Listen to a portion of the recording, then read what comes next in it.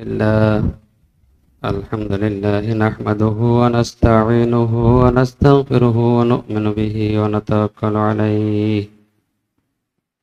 ونعوذ بالله من شرور أنفسنا ومن سيئات أعمالنا من يهده الله فلا مضل له ومن يضلله فلا هادي له ونشهد أن لا إله إلا الله وحده لا شريك له ونشهد أن محمدا عبده ورسوله الذي أرسله بالحق بشيرا ونذيرا وداعيا إلى الله بإذنه وسراجا منيرا أما بعد فأعوذ بالله من الشيطان الرجيم بسم الله الرحمن الرحيم إن الله وملائكته يصلون على النبي يا أيها الذين آمنوا صلوا عليه وسلموا تسليما اللهم صل على سيدنا مولانا محمد وعلى آل سيدنا مولانا محمد هو الحبيب الذي ترجى شفاعته لكل هول من الأهوال مقتهمين اللهم صل على سيدنا مولانا محمد وعلى آل سيدنا مولانا محمد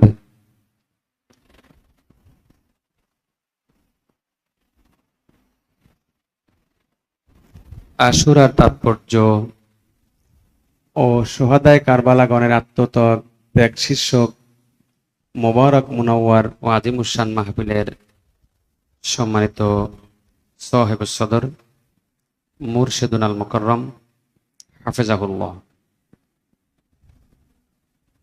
পর্দার অন্তরালে আম্মাজান এবং বিভিন্ন স্তরের সালেকা ভাই বোনেরা, আসসালামু আলাইকুম ওয়া রাহমাতুল্লাহ।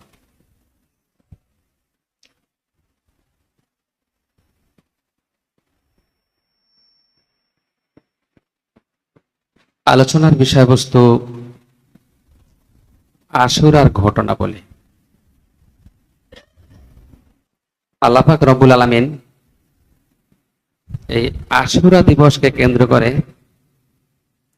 অনেক বড় বড় ঘটনা সংগঠিত করেছেন। বা 10 মুহররমে অনেক বড় বড় ঘটনা সংগঠিত হয়েছে, আরো সামনেও এই 10 মুহররম অনেক বড় ঘটনা সংগঠিত হবে। কিন্তু এ যাবৎকালে যত ঘটনায় সংগঠিত হয়েছে, সবচেয়ে মর্মান্তিক, বেদনাদায়ক, পীড়াদায়ক যে ঘটনাটি সংগঠিত হয়েছে সেটা হলো 61 হিজরি মুহররম মাসের 10 তারিখে কারবালার প্রান্তরে যে ঘটনা সংগঠিত হয়েছে।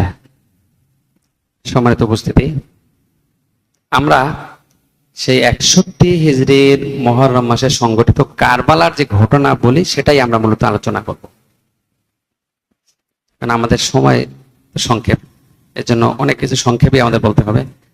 আর প্রতি বছর আমাদের যেহেতু আলোচনা থাকে, তাই না, ঘটনা তো একই রকমের। সেই ছোটবেলায় আপনি 2 আর 2 যোগ করছেন 4 হয়েছে, তাই না? এখন মাস্টার ডিগ্রি পাস করে বড় হয়েছেন, নানা হয়েছেন, এখন 2 আর 2 4 রয়ে গেছে, তাই না? মানে সঠিক যে ইতিহাস বা সঠিক তথ্য সবসময় একই থাকে, সময় যতই হোক। আমরা আলোচনা প্রতি বছরই করি, বিষয় তো মূলত একই জিনিস, তাই না? একই আলোচনা আমরা বারবার করলে আমাদের যে আত্মার খোরাক, ইমানের যে বৃদ্ধিটা হয় ভালো, তাই না? আল্লাহ পাক রব্বুল আলামিন বলেছেন যে ইন্নামাল মুমিনুনা আল্লাযীনা ইযা যুকিরাল্লাহু ওয়াজিলাত কুলুবুহুম। মুমিন তো তারা যারা আল্লাহর জিকির করা হইলে তাদের অন্তরটা কি হয়, প্রকম্পিত হয়। ওয়ালা রব্বিহিম ইয়াতাওয়াক্কালুন, আল্লাহর প্রতি তাদের ভরসাটা বেড়ে যায়। তাহলে আমরাও এজন্য মূলত আলোচনা করি তাদের আত্মত্যাগ, আর আমরা কি করছি। সম্মানিত উপস্থিতি, ইতিপূর্বে অবশ্য প্রেক্ষাপট বা আরো গুরুত্বপূর্ণ আলোচনা তো পেশ করা হয়েছে, শুনেছেন তাই না। মুয়াবিয়া রাদিয়াল্লাহু তাআলা আনহু তিনি 60 হিজরিতে ইন্তেকাল করেন। এবং তার ইন্তেকালের পূর্বেই তিনি ইয়াজিদ এর পক্ষ থেকে বায়াত নিয়েছিলেন যে তারপরে ইয়াজিদ খলিফা হবে, যদিও এটা নিয়ে অনেকের আপত্তি ছিল। এখন 60 হিজরিতে মুয়াবিয়া রাদিয়াল্লাহু তাআলা আনহু ইন্তেকাল করেছেন। ইন্তেকালের খবরটা তখনও সব জায়গা প্রকাশ হয়নি। আর ইয়াজিদের বায়াত তো আগেই নেওয়া ছিল, সে তখন খলিফা হয়ে গেছে। ওদিকে ইরাকে কুফায় তার বিরুদ্ধে আগে থেকেই অনাস্থা বা দাঙ্গা এটা চলতেছিল। এমন মুহূর্তে ইয়াজিদের সবচেয়ে বেশি ভয় বা টেনশন ছিল যে হুসাইন রাদিয়াল্লাহু তাআলা আনহু, আব্দুল্লাহ বিন জুবাইর রাদিয়াল্লাহু আনহু এবং আব্দুল্লাহ বিন আমর রাদিয়াল্লাহু আনহু, এই 3 ব্যক্তিত্ব, এরা যদি আমার বায়াত গ্রহণ না করে তাহলে আমি খলিফা হিসেবে বেশি দিন লাস্টিং করতে পারবো না বা আমার সমস্যা হয়ে যাবে। আমার ক্ষমতা নিষ্কণ্টক করতে হলে তাদের বায়াত নিতে হবে যেভাবেই হোক। তাহলে তার ক্ষমতার প্রতিদ্বন্দ্বী মনে করেছিল এই তিনজনকে। আর এখনো দেখবেন ক্ষমতার প্রতিদ্বন্দ্বী যদি কাউকে কেউ মনে করে, তাকে কি করে, দুনিয়া থেকে সরিয়ে দেয়। এই সরানোটা এটা মূলত আদম আলাইহিস সালামের যে পুত্র হাবিল এবং কাবিল, আদি মানব, যখনই কাবিল দেখলো যে নিয়ম নীতি এবং রেকর্ড বা দখল অনুযায়ী ওনার মন মতো তো হচ্ছে না, কাগজপত্রের রেকর্ডে দলিলে যা আছে মনোবৃত্তি অনুযায়ী হচ্ছে না, তাহলে কি করতে হবে, আমার মনোবৃত্তি অনুযায়ী পাইতে হলে হাবিলকে মেরে দিতে হবে। হোসেন রাদিয়াল্লাহুর ক্ষেত্রে কিন্তু সেম ঘটনা। সে মনে করেছে যে হোসেন রাদিয়াল্লাহু তার ক্ষমতার প্রতিদ্বন্দ্বী হতে পারে, যে তাকে না মেনে জনগণ হয়তো হোসেন রাদিয়াল্লাহু তার বশ্যতা স্বীকার করবে, তার কাছে বায়াত গ্রহণ শুরু করবে, তাহলে তার খেলাফত বা তার দায়িত্ব বা তার মসনদের একটা বিকল্প মসনদ তৈরি হতে পারে, প্রতিদ্বন্দ্বী তৈরি হবে। এই হলো মূল হলো কারণটা লেখানে। এই জন্য ইন্তেকালের খবর প্রচার হয়নি, ইয়াজিদ খলিফা হয়ে গেছে, মুয়াবিয়া রাদিয়াল্লাহু ইন্তেকাল করেছেন, কিন্তু জনগণ এখনো জানে না। এই মুহূর্তে তিনি মদিনার গভর্নর ওলীদ ইবনে উকবা ওনার কাছে সংবাদ পাঠাইছেন যে 3 জন আব্দুল্লাহ বিন জুবাইর, হুসাইন রাদিয়াল্লাহু এবং ইবনে উমর এদেরকে একটু ডেকে কথা বলেন। হুসাইন রাদিয়াল্লাহু এবং ইবনে জুবাইর রাদিয়াল্লাহু মসজিদে নববীতে ছিলেন। মানে এমন এক সময় দুপুরের পরে আসরের আগে, মানুষকে এই সময় কাউকে সাক্ষাতে ডাকে, রেস্টের টাইম না। এখন দূত এসে বলার পরে ভাবতেছে দুজনে যে এই অসময়ে কেন আমাদেরকে ডাকলো, ব্যাপারটা কি। শেষ পর্যন্ত হোসেন রাদিয়াল্লাহু বলতেছেন, আমার মনে হয় মুয়াবিয়া রাদিয়াল্লাহু ইন্তেকাল করেছেন, আর ইয়াজিদ হয়তো ক্ষমতায় আরোহণ করেছে, জনগণ এখনো জানেনি, জানলে হয়তো সমস্যা হবে, যেন আমাদের থেকে আগেই মনে হয় ডাকতেছে, এই জন্য সম্ভবত। ইবনে জুবাইর রাদিয়াল্লাহু বললেন, আমারও তাই মনে হচ্ছে। এখন দুজন বলতে তাহলে কি করা যায়, গভর্নর ডাকছে, যাবেন কি। ইবনে জুবাইর রাদিয়াল্লাহু কৌশলে দেখা যাক কি করা যায়, সময় আসুক দেখি। এই তা হোসেন রাদিয়াল্লাহু দূতকে বললেন, আচ্ছা তুমি যাও, আমি আসতেছি। হোসেন রাদিয়াল্লাহু তাআলা গভর্নর হাউসে গেলেন। যাওয়ার পরে গভর্নর তাকে জানাইলেন যে মুয়াবিয়া রাদিয়াল্লাহু ইন্তেকাল করেছেন, এখন ইসলামী সাম্রাজ্যের খলিফা হিসাবে তার সন্তান ইয়াজিদ স্থানান্তরিত হয়েছে। হোসেন রাদিয়াল্লাহু তাআলা মুয়াবিয়া রাদিয়াল্লাহু তাআলা কাতিবে হই, তাই না, তার ইন্তেকালের তিনি সমবেদনা জানাইলেন। আর ইয়াজিদের বলছে ইন্তেকাল করেছেন, ইয়াজিদ ক্ষমতায় এসেছে এবং আপনাকে তার বায়াত গ্রহণ করতে হবে, এটা নির্দেশ। হোসাইন রাদিয়াল্লাহু আনহু আমার মতো মানুষ এরকম গোপনে গোপনে এসে বায়াত গ্রহণ করা এটা কেমন হয়? তার চেয়ে আপনারা কাজ করেন গভর্নর, আপনি মদিনাবাসী সবাই ডাকেন, সবাই আহ্বান করে ওপেন ফিল্ডে মুআবিয়া রাদিয়াল্লাহু আনহু ইন্তেকাল করেছেন ঘোষণা দেন এবং সবাইকে ইয়াজিদের বায়াতের জন্য আহ্বান করেন। সেক্ষেত্রে আমিও সেখানে থাকবো, তখন যা হয় হবে। ওলীদ ইবনে উকবা দেখলেন যে ঠিক আছে, ভালো কথাই তো। হোসেন রাদিয়াল্লাহু কথা বলে উনি উঠে যাচ্ছেন। ওই সিকনাবুদ্দিন লোক থাকে না পেঁচ বাজায়, মারওয়ান ওখানে ছিল। আমার বলতেছে এই হলো আপনার মোক্ষম সুযোগ, এখন যদি আপনি তাকে বায়াত গ্রহণ করতে না পারেন, এখান থেকে চলে গেলে সংবাদ প্রচার হয়ে যাবে, সবাই এসে জোর করে হলে তাকে খলিফা মানবে, বায়াত দিতে না চাইলেও মানবে, তাহলে আপনি কিন্তু কন্ট্রোল করতে পারবেন না, অর্থাৎ এখনই তাকে যা করা করতে হবে। হোসেন রাদিয়াল্লাহু চলে যাচ্ছেন, বলেন আপনি জোর করে বাধ্য করেন বায়াতে, যদি বায়াত গ্রহণ করে ভালো, না করলে তাকে হত্যা করেন, নাউজুবিল্লাহ। হোসেন রাদিয়াল্লাহু বললেন যে হত্যা করবে কে, তুই নাকি সে, মানে বলতেছেন তা কইয়া থেকে কথা বলে উনি চলে গেছেন। চলে যাওয়ার পরে রাতে ওলীদ আপনাকে আবার ডাকছে যে আবার একটু আসেন। আর ইতিমধ্যে আব্দুল্লাহ বিন জুবাইর রাদিয়াল্লাহু তাআলা আনহু বিভিন্ন কলাকৌশল করে তিনি গভর্নরকে এড়িয়ে চলে তিনি মদিনা থেকে মক্কার পথে রওনা হয়ে চলে গেছেন। আর হোসেন রাদিয়াল্লাহু দেখলেন কি করা যায়, তিনি পরিবার পরিজনকে বললেন আর দূতকে বললেন যে ঠিক আছে, এখন তো রাতটা শেষ হোক, কালকে সকাল আসুক, দেখা যাক কি করা যায়। এই তো উনি গভর্নরকে বলছেন, গভর্নর বলছেন উনি রাত্রে আসবেন না, বলছেন কালকে সকাল হোক, কি করা যায় চিন্তা করতেছেন সেভাবে। আচ্ছা ঠিক আছে। রাতেই তিনি পরিবার পরিজনকে বললেন যে এখানে থাকার নিরাপদ আর হবে না, এখান থেকে চলে যেতে হবে।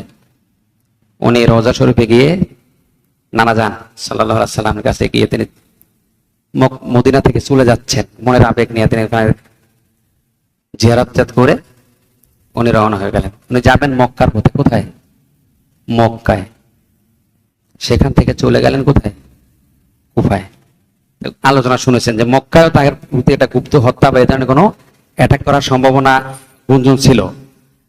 মাঝপথে যাওয়ার পরে হুরের নেতৃত্বে বিশাল একটা বাহিনী ছিল, যে ওনার হোসেন রাদিয়াল্লাহু গতিবিধি লক্ষ্য করেন, তিনি কোন দিকে যাচ্ছেন গতিবিধি, তিনি যেন মক্কা থেকে যাইতে না পারেন, সেই জন্য তাকে সেই পথ রোধ করে তার গতিবিধি লক্ষ্য করা হচ্ছিল।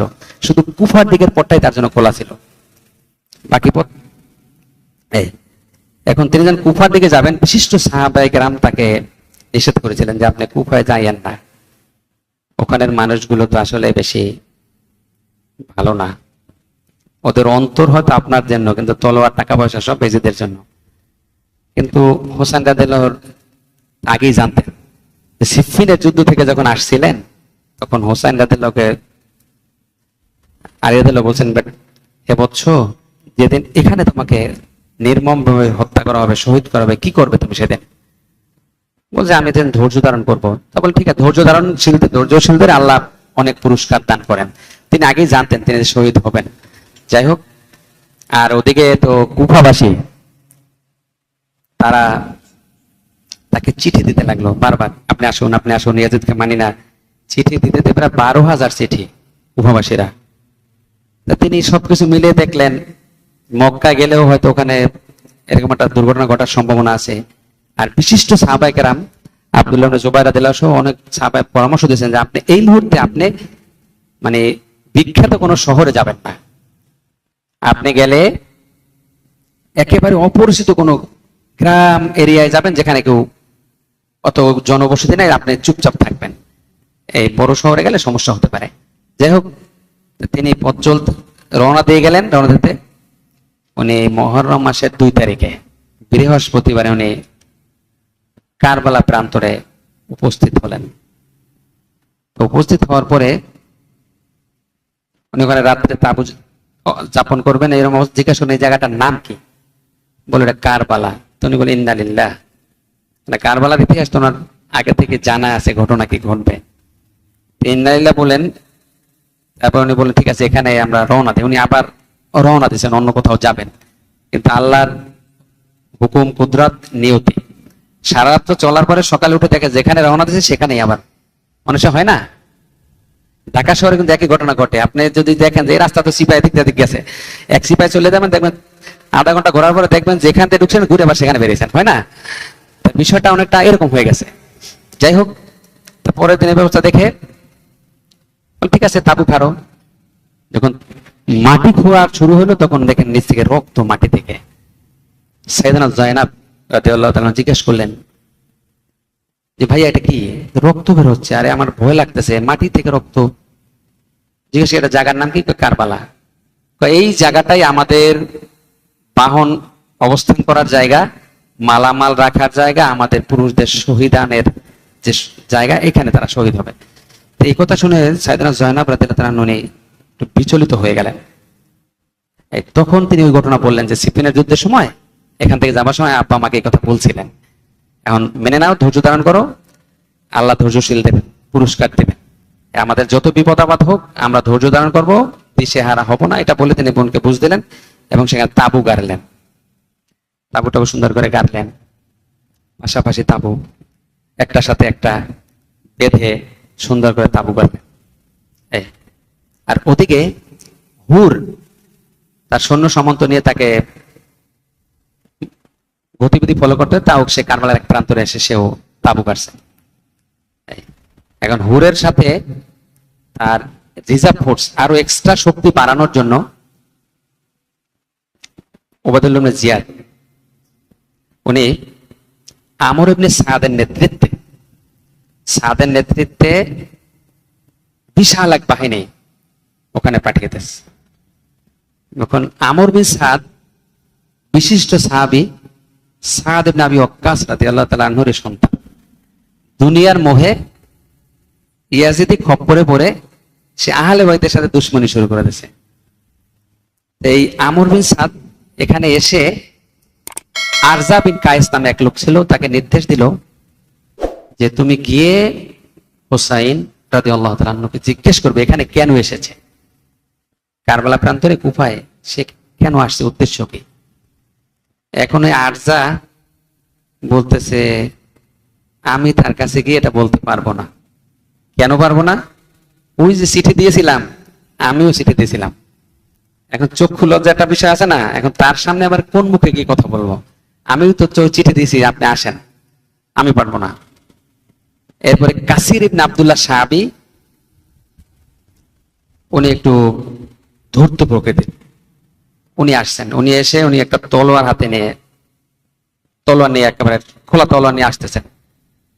আসার পরে আবু সুমামা রাদিয়াল্লাহু তাআলা তিনি তাকে বাধা দিয়েছেন যে তুমি তলোয়ার নিয়ে কোথায় যাও, ইমামের কাছে যাবে। বললেন ওই ইমামের কাছে যেতে হলে তলোয়ার ছাড়া যেতে হবে। আমি বলছি না, তোমার তলোয়ারের বাট আমি ধরে রাখি। বলছে না, তাও হবে না, যা বলো আমাকে বলো, অথবা তলোয়ার ছাড়া দিতে হবে। আর সে বললেন আমি তলোয়ার সহ যাবো, দরকার নাই। তার সাথে একটা কথা কাটাকাটি, উনি রাগ হয়ে চলে গেছেন প্রস্তাব না দিয়ে। এরপরে প্রস্তাব না দিয়ে চলে গেছে ইবনে সাদ, হলো কুররা ইবনে কায়েস নামে এক ব্যক্তিকে পাঠাইছে। উনি এসে হোসেন রাদিয়াল্লাহু কাছে এসে সালাম দিয়ে বসে তার আপনি কেন আসছেন, কি ব্যাপার, এটা আমর বিন সাদ জানতে চাইছে। এবং সেটা জানাবার পরে আমরা সেটাকে ওই নোমান বিন কুফার যে গভর্নর ছিল ওবায়দুল্লাহ বিন জিয়াদ, অত্যন্ত ধূর্ত প্রকৃতির এক লোক, তাই না, ইবনে জিয়াদের কাছে পাঠাবে আর কি। এখন ওখানে হোসেন রাদিয়াল্লাহু বলছেন যে আমি তো ওখানে আসছি, তোমরা আমাকে আহ্বান করছো, চিঠি দিছো, এখন আমার আশা যদি তোমাদের ভালো না লাগে তাহলে আমার পথ ছেড়ে দাও, যেখান থেকে আসছি সেখানে চলে যাই, অথবা অন্য কোথাও চলে যাই, শেষ। এই প্রস্তাব লিখে ইবনে জিয়াদের কাছে পাঠানো হয়েছে। এখন ইবনে জিয়াদ এটা দেখে বলছে এখন তো তুমি আমাদের কোর্টে চলে আসছো, এখন যাবার তো জায়গা নাই, কোথায় যাবা, হয় বশ্যতা স্বীকার করো নাইলে তো যুদ্ধ। ইবনে জিয়াদ ওইটা পাইয়া উত্তর লিখছে আমর ইবনে সাদের কাছে যে হোসাইন এবং তার সাথীদেরকে বায়াতের ব্যাপারে খুব দ্রুত শক্তভাবে পাকড়াও করো। যদি বায়াত গ্রহণ করে তাহলে আমার কাছে পাঠিয়ে দাও, আমরা যা ইচ্ছা যেভাবে করবো। আর যদি বায়াত গ্রহণ না করে তাহলে তাদেরকে যুদ্ধ করে কতল করার ব্যবস্থা করো, তাদেরকে হত্যা করো। মানে এভাবে সে নির্দেশনা দিয়েছে। নির্দেশনা দেওয়ার পরে আমর বিন সাদ চিন্তা করলো, তা হ্যাঁ রে, আমি কি পাঠাইলাম আর কি উত্তর আসলো। এর মাঝখানে ইবনে জিয়াদের দ্বিতীয় চিঠিটা চলে আসছে। দ্বিতীয় চিঠিতে আসছে, ফাহাল্লে বাইনাল হোসাইন ও আসহাবিহি ওয়া বাইনাল মা। হোসেন রাদিয়াল্লাহু এবং তার সাথীদের মধ্যে পানিকে বন্ধ করে দাও। মানুষ কিছু হইলে বলে না, তোকে ভাতে মারবো, পানিতে মারবো।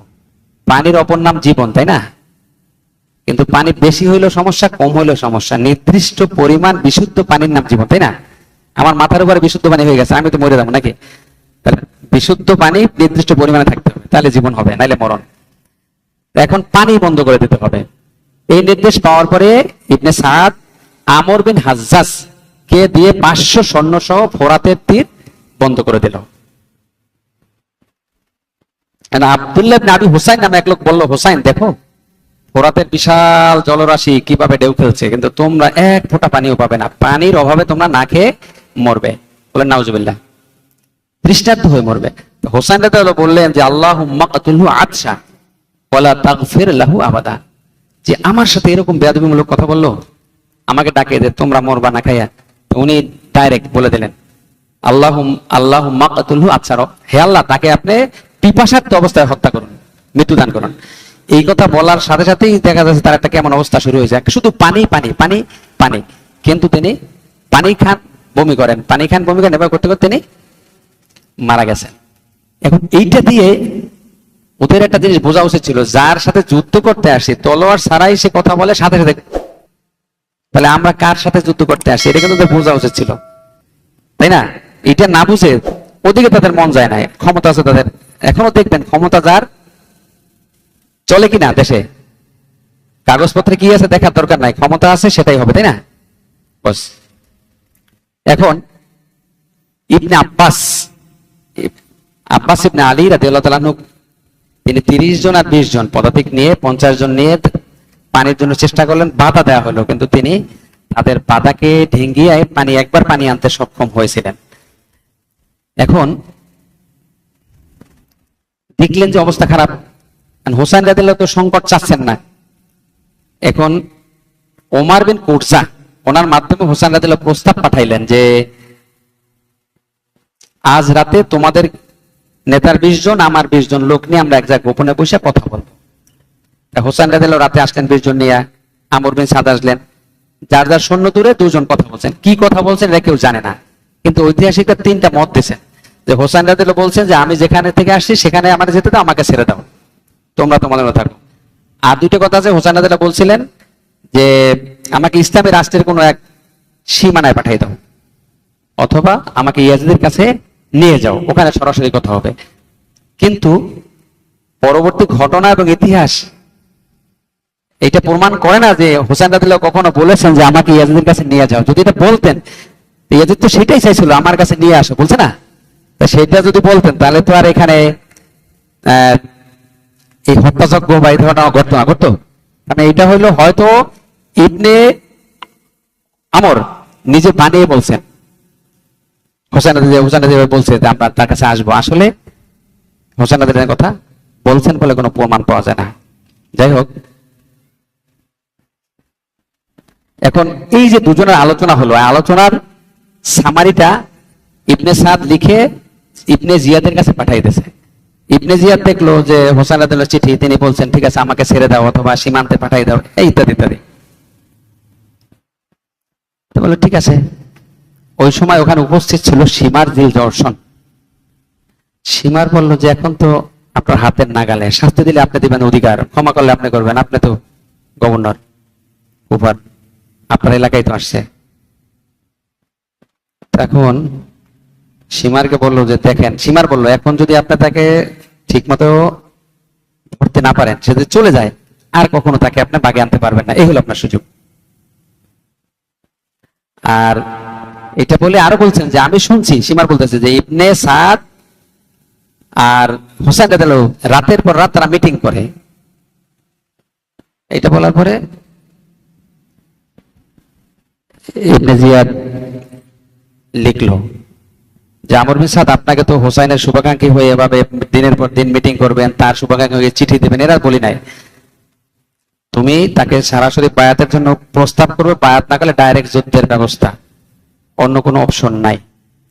আর তুমি যদি এটা না পারো তাহলে তুমি সৈন্য সামন্ত সীমারের হাতে হস্তান্তর করে তুমি সরে যাও। এই সীমারের কাছে চিঠি দিয়ে চলে গেছে। আর সীমার যখন গিয়ে বললো যে গভর্নরের হুকুম এটা, ইবনে সাদ ভাবলো কি করা যায়। ইবনে সাদের সাথে আগেই চুক্তি ছিল, যদি তুমি হোসাইন রাদিয়াল্লাহু তাআলাকে হত্যা করতে পারো বা দমন করতে পারো তাহলে তোমাকে রায়ে একটা জায়গার নামে গভর্নর বানানো হবে। তো ওই যে ক্ষমতার একটা লোভ, এই জন্য তিনি আহলে বাইতের বিরুদ্ধে দাঁড়াইলেন। ওখানে সুযোগ ছিল সরে যাওয়ার, সীমারকে দিয়ে যাইলেন না। যাই হোক,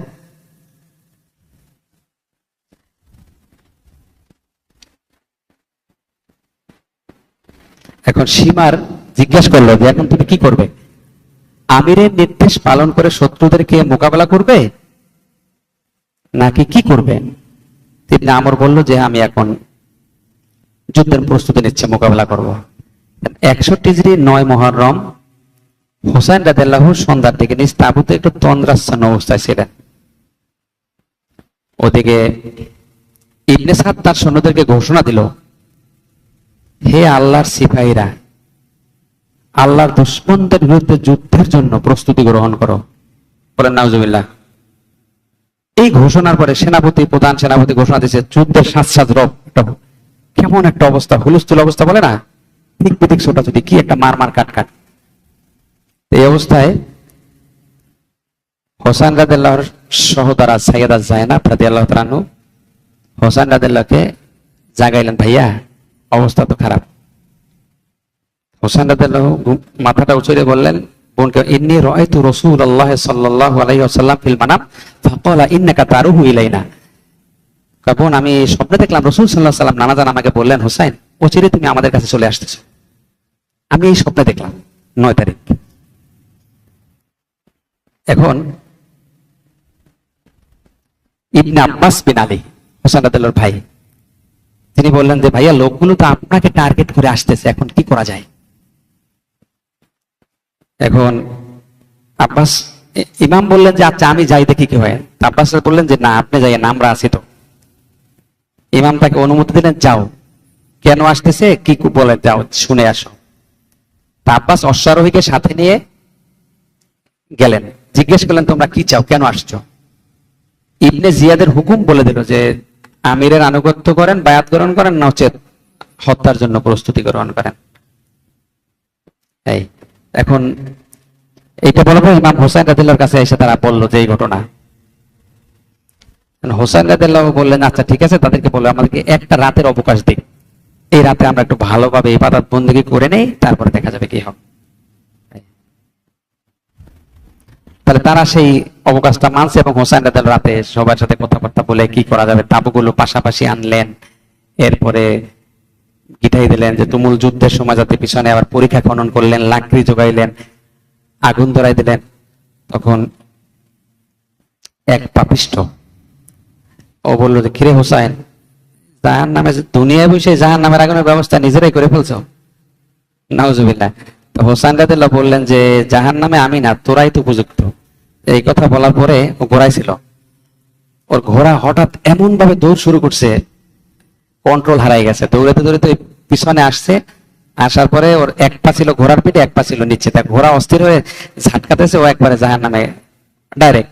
এখানে ইমাম হোসেন রাদিয়াল্লাহু একটা ডাইরেক্ট কারামত, যে তোরা আগুনে পুড়ে মরবে, ডাইরেক্ট মরলো। তারপরও তারা কিন্তু বোঝে না। তা হোসেন রাদিয়াল্লাহু তাদেরকে বোঝানোর জন্য অনেক চেষ্টা করেছেন এবং তিনি বক্তব্য দিয়েছেন, তার বংশ কৌলিন্য, তিনি যে যুবকদের সর্দার, জান্নাতের ফাতেমা রাদিয়াল্লাহু নয়নের মণি, সবকিছু বলেছেন। বলছে আমাকে তুমি যাই মনে করো, আল্লাহ নবীর হাদিস শোনো নাই আমি যে জান্নাতের যুবকদের সর্দার, তাহলে তোমরা কি করতেছো? তোমরা কি আমাকে দাওয়াত দিয়ে আনছো না? এখন তার এক ব্যাগ না, আমরা আপনাকে চিঠি দেই না, দাওয়াত দেই নাই। কি একটা অবস্থা! এই জন্য মানুষ দেখবেন পেস লাগলে বলে কুফা লাগছে, তাই না? এখন ইমাম হোসেন রাদিয়াল্লাহু বক্তব্য দিলেন, সাথীদেরকে বললেন তোমরা চলে যাও, যে যেখানে চলে যেতে পারো, কোনো সমস্যা নাই, আমার পক্ষ থেকে কোনো আপত্তি নাই। কিন্তু তারা বলতেছেন ভাই আপনাকে রেখে জনমানবহীন এই বিদেশে আমরা চলে যাব, আপনার কি অবস্থা হলো, কি আচরণটা আপনার সাথে করালো আমরা জানবো না, আর আপনার পরে আমরা বেঁচে থাকবো, এমন জিন্দেগি আমরা চাই না। অতএব আমরা থাকতে আপনার গায়ে কোনো আঘাত আসতে পারবে না।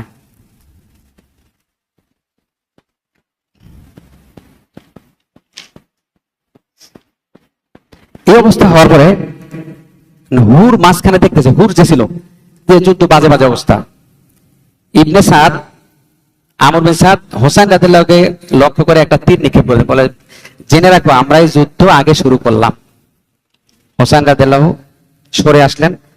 এরপরে হুর দেখলো অবস্থা খারাপ, তা হুর এই অবস্থা দেখে তিনি হঠাৎ করে হোসেন রাদিয়াল্লাহু দলে চলে আসছেন, ভাগ্য ভালো। এসে তিনি যুদ্ধ করেন, তিনি শহীদ হয়েছেন ইসলামের পক্ষে।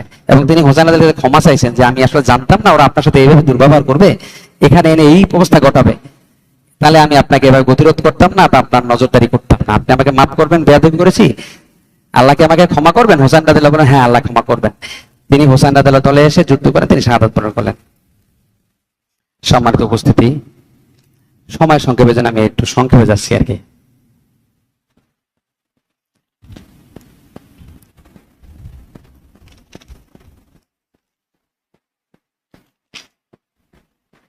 হযরত আব্বাস আলমদার ঝান্ডাবাহী পানির পিপাসায় ব্যাকুল, প্রচন্ড যুদ্ধ চলছে।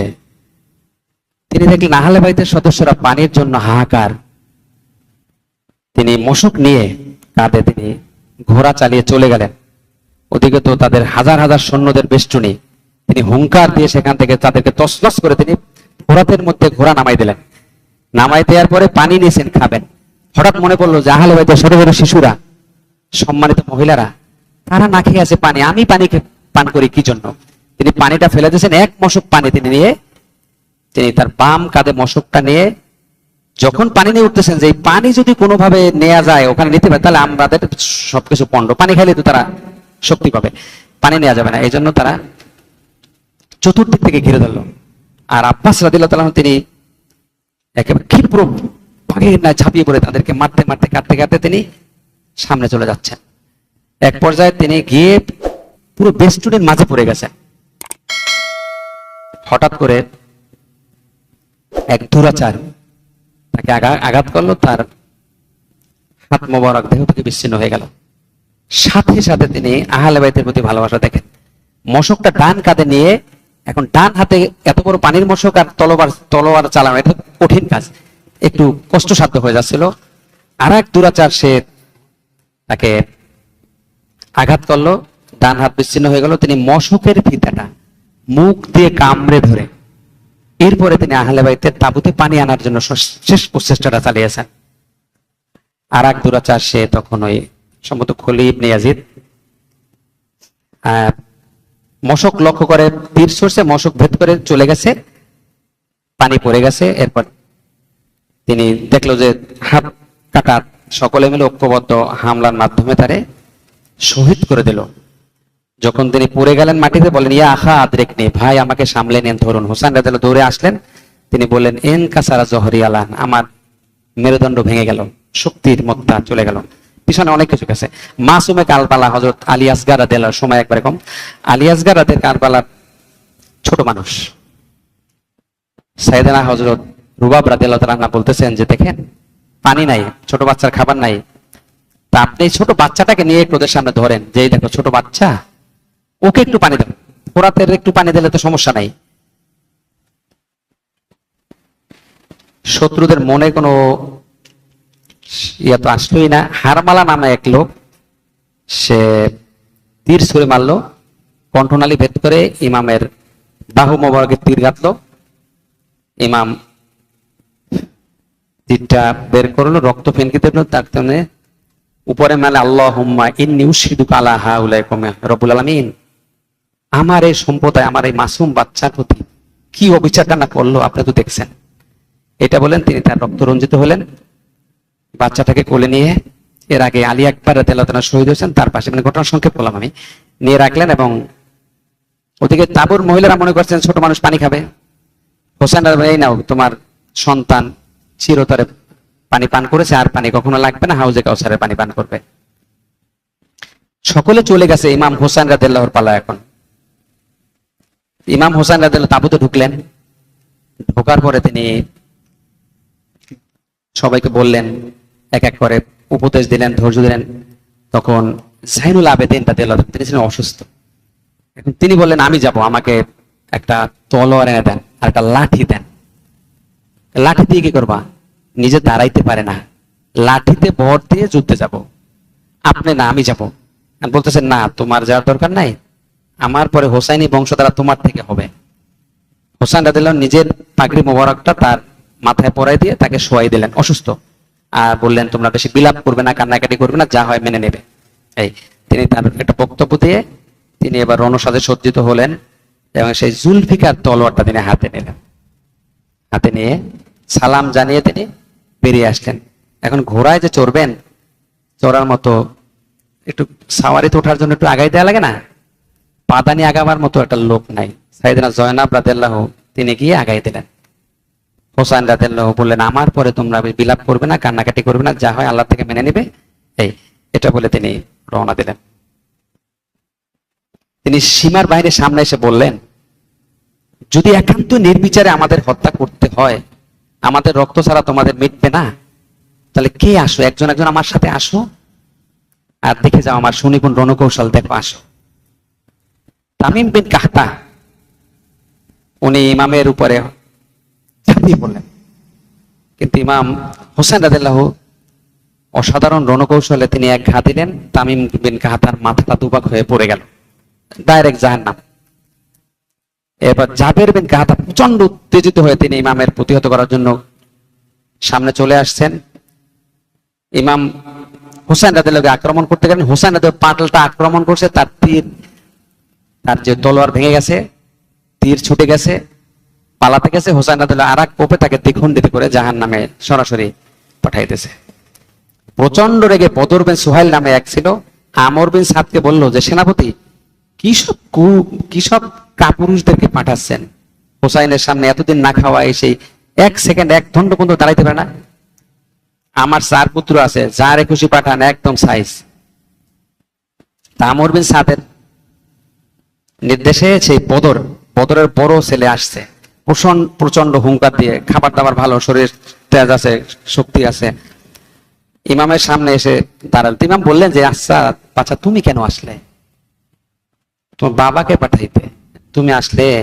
তোমার বাবার এরকম করুণ একটা অশুভ পরিণতি দেখবে, সন্তান মারা যায় বাবার সামনে, কেমন না? এই কথা বলছে। এখন এটা বলে ইমাম হোসেন রাদিয়াল্লাহু সাথে সে ঘাতেতে আসে, হোসেন রাদিয়াল্লাহু তাকে প্রতিহত করে ঘাতেছেন, এক ঘায়ে সে ডাইরেক্ট জাহান্নাম। এই অবস্থা থেকে বদর নিজে একবারে ক্রোধে বর্ষা হেলিয়ে ইমামের সামনে এসে সে বর্ষা মারবে এমন একটা অবস্থা। ইমাম হোসেন রাদিয়াল্লাহু প্রতিহত করলেন, সে বকাবকি গালাগালি শুরু করলো। ইমাম হোসেন বললেন যে, গালাগালি এক জিনিস, বীরত্ব আর এক জিনিস। এটা বলে হোসেন রাদিয়াল্লাহু বদরকে দ্বিখণ্ডিত করে দিলেন। হোসেন রাদিয়াল্লাহু বীরত্ব, কতদিন না খাওয়া, কি এক অবস্থা। তাই এভাবে তলোয়ার দিয়ে যে তার সামনে আসে তাকে ধরাশায়ী করে দেয়। এখন আমর বিন সাদ দেখলো যে এরকম এক পিস গেলে তো পড়তা পড়বে না, এমন সব খাই ফেলাইবে, তাই না? সে না খাওয়া না যাওয়া, কিন্তু তার হুঙ্কারে পুরো রণক্ষেত্র কাঁপতেছে, যে যায় তারে তছনছ করে দিয়ে সব দিক সরে যায়। এবার মানে এখন সিদ্ধান্ত করলো যে একযোগে হামলা করতে হবে, চতুর্মুখী হামলা। ইয়াজিদ বানি সিদ্ধান্ত নিয়ে একযোগে হামলা শুরু করলো, চারদিক থেকে সম্মিলিত হামলা। একক ব্যক্তিত্ব, দীর্ঘদিনের না খাওয়া, তিনি তো যুদ্ধ করার জন্য ওখানে যান নাই, যুদ্ধ করার প্রস্তুতি নিয়ে যেতেন, তাই না? সম্মিলিত হামলা মোকাবেলা ইমাম রাদিয়াল্লাহু তাআলা তিনি ঘোড়া যেদিকে চালাচ্ছেন উনি ওনার মতো চলছেন, যেদিকে যান সামনে যা পাচ্ছেন সব কেটে কেটে সব সাফ সামনে যাচ্ছেন। এই অবস্থায় আবুল হুনুক নামে এক দুরাচার, তিনি একটা তীর নিক্ষেপ করলেন, ইমামের কপাল মোবারকে লাগলো, রক্ত মোবারক ঝরে পড়তেছে না, তিনি কিছুটা দুর্বল ক্লান্ত হয়ে গেলেন। এবার খলিদ ইবনে ইয়াজিদ, এই দুরাচার পাপিষ্ঠ, আর একটা তীর নিক্ষেপ করেছে ইমাম হোসেন রাদিয়াল্লাহুর হৃৎপিণ্ড, কলিজা মোবারক ভেদ করে ছেদ করে গেছে। এখন এই অবস্থায় রক্ত ঝরতেছে, কপালে আঘাত, এখানে আঘাত। তিনি ঘোড়ার যে লাগামটা ছিল ওই লাগামটা তিনি হাত ছুটে গেছে, ছুটে গেছেন। এখন যে তিনি যে স্থির থাকবেন, রক্ত ঝরতেছে, অবশ হয়ে গেছেন শরীরটা, কেমন অবস্থা, তিনি ঘোড়ার সওয়ারি থেকে কারবালার মাটিতে তিনি পড়ে গেছেন। এখন তিনি যখন পড়ে গেলেন, চতুর্দিক থেকে হামলা।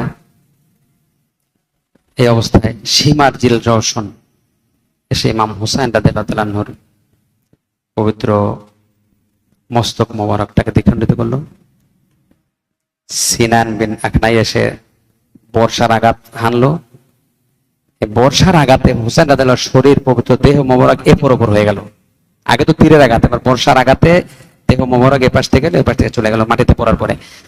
ওই যে গ্রামে বাংলায় দেখছেন না, মানুষ যে মাছ কোপায় কোচ দিয়া, মানে এরকম একটা, মানে কি পরিমাণ আহলে বাইতের সদস্য তাদেরকে এরকম কাছে আইসা ডাইরেক্ট হিট করে এপাশ থেকে ওপাশ পর্যন্ত দেহ মোবারক ছিদ্র করে দিছে সিনান বিন আনাস নাখি। যাই হোক, সীমাজুল রওশন মস্তক মোবারক থেকে আলাদা করে দিল, দেহ মোবারক থেকে তার সাথে বেয়াদবি করা হলো, পোশাক আশাক সব খুলে নেওয়া হলো। তারপরেও দুরাচারদের যে শয়তানি বাসনাটা মেটেনি, তার পবিত্র দেহ মোবারকের উপরে ঘোড়া চড়িয়েছে, মানে দেহ মোবারককে অপমান করেছে ঘোড়ার মাধ্যমে। সম্মানের উপস্থিতি, দেহ মোবারকের মধ্যে তিনি যখন ইন্তেকাল করলেন, বয়স ছিল 56 বছর 5 মাস 5 দিন। দেহ মোবারকের 33টা ছিল বর্ষার আঘাত, 40টা ছিল তলোয়ারের আঘাত, আর 121টা ছিল তীরের আঘাত। এবার একটু কল্পনা করেন তো, একটা শরীরে 121টা তীরের আঘাত, এত কিছু নিয়ে তিনি অন্যায়ের কাছে মাথা নত করেননি। শির দেব কিন্তু আমামা দেব না, আছে না? তাহলে ইসলাম জিন্দা হতা হয় হার কারবালা কি বাত। এই যে অন্যায়ের কাছে মাথা নত না করার যে শিক্ষা, হোসাইনি যে শিক্ষা, এটাই মূলত ইমানের তেজদীপ্ত ইমানের শিক্ষা, আশুরার শিক্ষা। এবং আশুরার এটাই আমাদের ধারণ করতে হবে যে অন্যায়কে মেনে নেওয়া যাবে না। আর হোসেন রাদিয়াল্লাহু সেই কাজটাই শিখে গেছেন। আর এই হোসেন রাদিয়াল্লাহু শাহাদাতে আত্মত্যাগের মাধ্যমে ইসলাম আরো জিন্দা হয়েছে। সম্মানিত উপস্থিতি, আমার আলোচনা অনেক ভুল বেদবি হয়েছে, সবকিছুর জন্য ক্ষমা চেয়ে এখানে বিদায় নিচ্ছি। আসসালামু আলাইকুম ওয়া রাহমাতুল্লাহি ওয়া বারাকাতুহু।